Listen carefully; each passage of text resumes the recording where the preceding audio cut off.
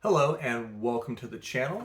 My name is Joseph Carroll. I write under the pen name J.R. Carroll, and today we are going to talk about Stephen King's Cujo.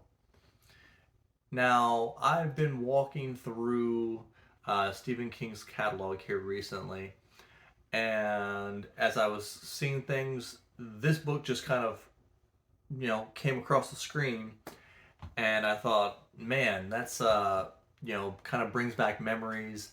I watched the movie when I was a kid, and remember it scaring me. But this book never really cracks a lot of people's lists for best Stephen King books. But I will say that at least in my general mind, Cujo's probably his most iconic character or villain, because even people who've never read the book, maybe even never seen the movie, you say Cujo and they're like, oh, that's a killer dog. So this book obviously did something right. I believe this book came out in 1981. Um, and I've heard comments that Stephen King doesn't even remember writing the book because this was in his heyday of drugs and alcohol and all that good stuff. Good stuff. But I really enjoyed the book for the most part.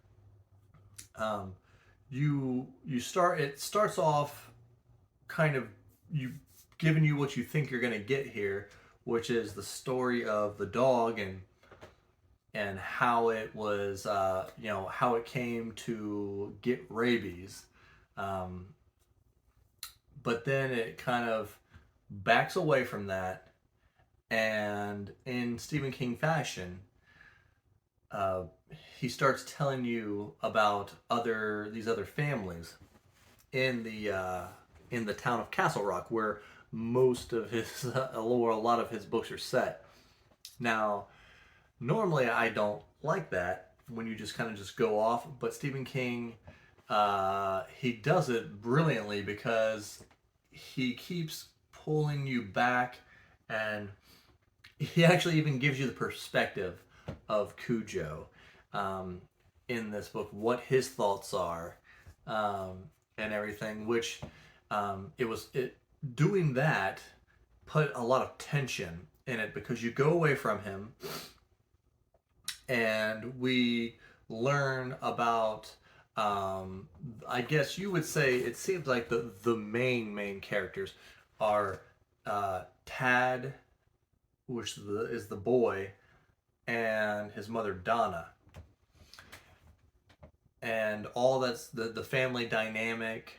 Um, you know, there's adultery, there's abuse going on with the other family, which I believe is the Cambers was the other family.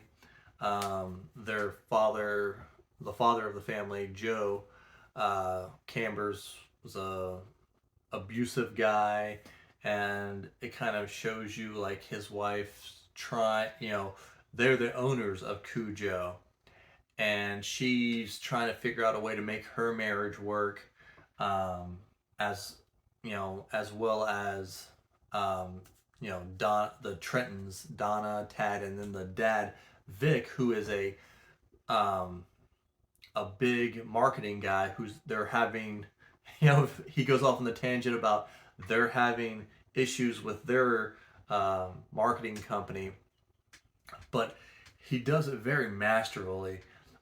You know, you think you're off over here and it doesn't make any sense, no reason to do it, but then he just feeds you a little bit of information and you're like, ooh, okay, that ties back to what the tension is building, and these three different, it's two different perspectives. There's about three like mini stories, and they're all building tension, and it's coming back to one big event.